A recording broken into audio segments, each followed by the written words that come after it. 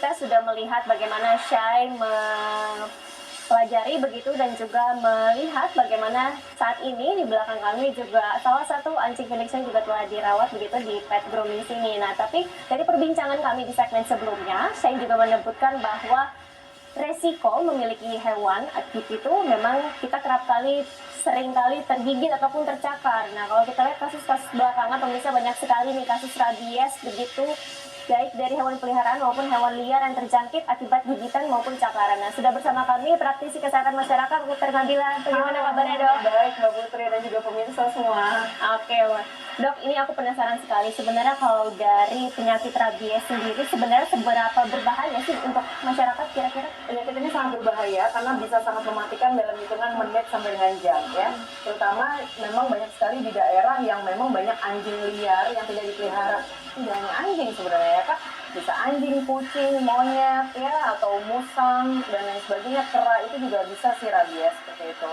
Jadi biasanya hewan yang mengidap virus rabies ketika dia menggigit atau mencakar itu ada transfer antara virusnya melalui luka ya, biasanya kita luka atau pembuluh darah, sehingga virus itu cepat banget tersirkulasi atau beredar di seluruh darah kita.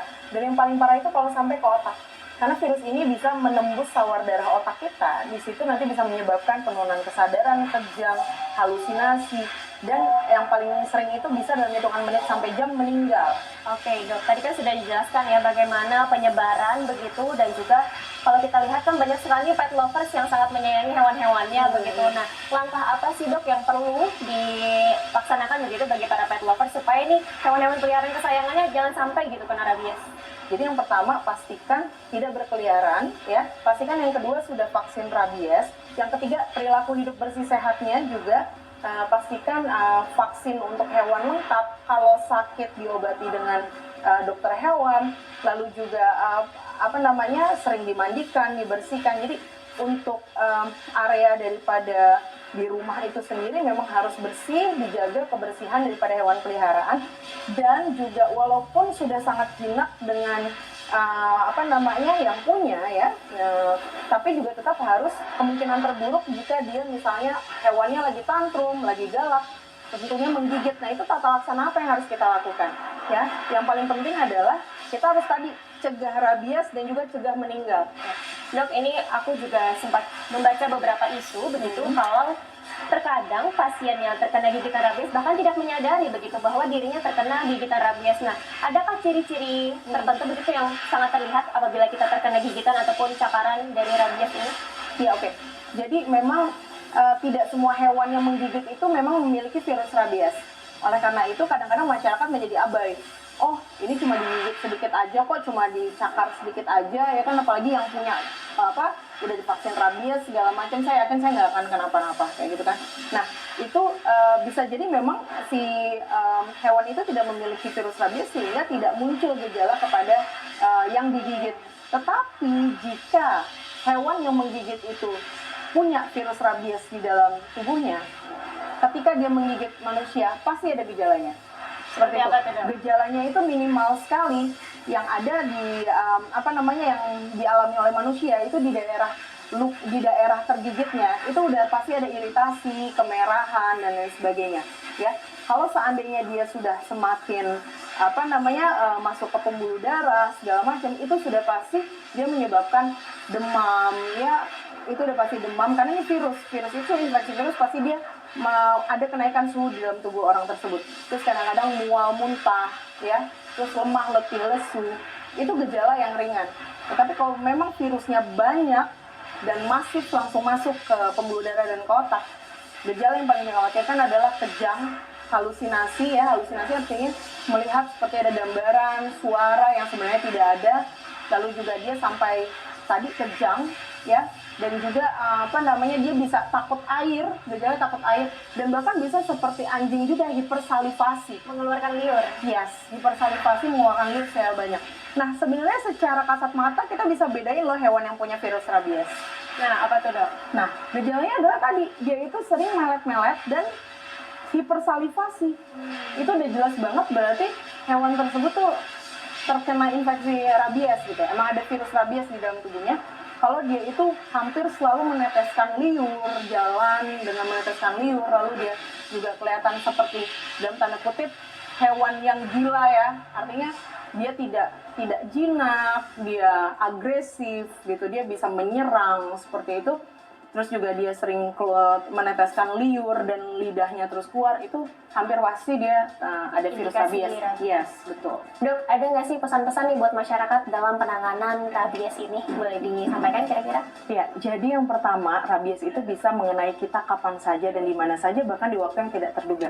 Yang paling penting masyarakat tahu adalah jangan panik ya, karena yakinlah kita bisa menata laksana awal ini dengan sangat mudah dan sempurna ya, karena ini sangat sederhana di rumah masing-masing.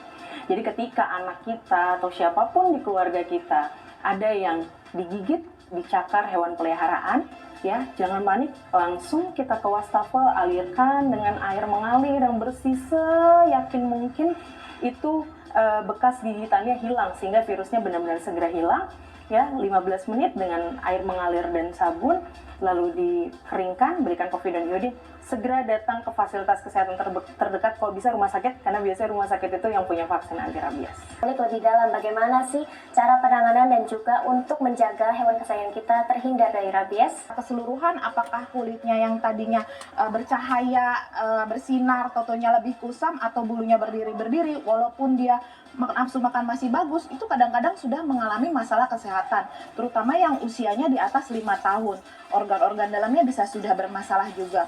Selain itu, kalau ada gejala-gejala yang meresahkan seperti muntah, diare, bersin-bersin, batuk-batuk, itu juga sudah mengalami masalah kesehatan yang harus diperiksakan segera. Biasanya sih owner yang peka banget sih gelisah ya kalau ada penurunan kondisi atau perubahan perilaku, lebih gelisah. Wah, ternyata cukup mudah mengetahui adanya gangguan kesehatan pada hewan. Tapi bagaimana jika peliharaan kita mengalami stres? Apa sih cirinya, Dok? Nah, kalau stres tentu saja dia jadi lebih penyendiri nih. Biasanya kalau ketambahan hewan lain yang dia tidak suka, dia juga akan lebih banyak. Ada beberapa kucing yang suka marking, pipis sembarangan, terutama yang nggak disteril, itu lebih gampang stres, menunjukkan dia stres. Nah, kalau terus murung, terus ekornya ditekuk ke dalam, kalau anjing, kalau kucing lebih sering hissing, anjing juga barkingnya lebih banyak. Kucing juga ketarik ke belakang dan dia lebih, telinganya nih lebih penyendiri, juga itu menunjukkan dia stres. Terutama sih perubahan perilaku sih, yang tadinya lincah terus jadi lebih diam, itu menunjukkan kalau dia juga mengalami stres. Itu kita harus notice sih, kadang-kadang ada yang nggak suka ditambahin hewan lain di rumahnya, jadi akan lebih stres. Pemirsa, memiliki hewan peliharaan ternyata banyak hal yang perlu diperhatikan, termasuk mempersiapkan makanan untuk peliharaan kita konsumsi. Namun, Dokter Nyomi, kira-kira ada nggak ya makanan yang berbahaya jika diberikan pada anabul? Makanan yang harus dihindari untuk hewan anjing dan kucing biasanya yang mengandung bawang merah, juga itu bisa membuat sel darah merah bermasalah ya, jadi berkurang. Terus juga coklat nggak boleh, terutama kayak obat kayak paracetamol juga nggak boleh. Banyak tuh yang suka keracunan karena dikasih hal-hal semacam itu. Nah, terus anggur, alpukat itu juga harus dihindari. Kebanyakan sih kita banyak bisa ngecek untuk masalah-masalah kesehatan yang mungkin terjadi kalau kita makan makanan aneh. Cuman yang harus diperhatikan, kadang-kadang hewan-hewan ini suka menggigiti makanan yang aneh-aneh seperti benang. Kadang-kadang itu kita bisa sampai surgery nyangkut benang. Terus untuk yang anjing-anjing di bawah 1 tahun itu bisa sampai makan batu, makan barang-barang yang ada tergeletak karena giginya gatel. Nah, itu juga harus diperhatikan. Kita harus memperhatikan barang-barang yang berserakan ketika hewan-hewan kita masih sangat muda dan senang bermain dan makan macam-macam. Nah, ternyata hewan tidak seperti manusia yang bebas melahap apa saja nih pemirsa. Nah, agar peliharaan kita tetap sehat, boleh share tipsnya dong, Dokter Nyomi? Jadi, ketika memutuskan memiliki anjing atau kucing, misalnya kita mau membeli atau mengadopsi ya, pastikan sudah divaksinasi sebelum kita membawa pulang. Karena perubahan situasi lingkungan di rumah bisa membuat stres, apalagi perubahan makanan, kadang-kadang bikin diare. Jadi biasanya saya kasih saran, mendingan sebelum diambil ke rumah, di tempat lamanya divaksin dulu, itu di usia 2 bulan sudah bisa divaksin dulu. lalu ditunggu sampai 1-2 minggu sebelum dibawa pulang, sehingga tidak men-trigger stres di rumah dan sakit di rumah sampai menyebabkan kematian, karena penyakit-penyakit virus itu bisa nyebabin kematian dan cepat gitu.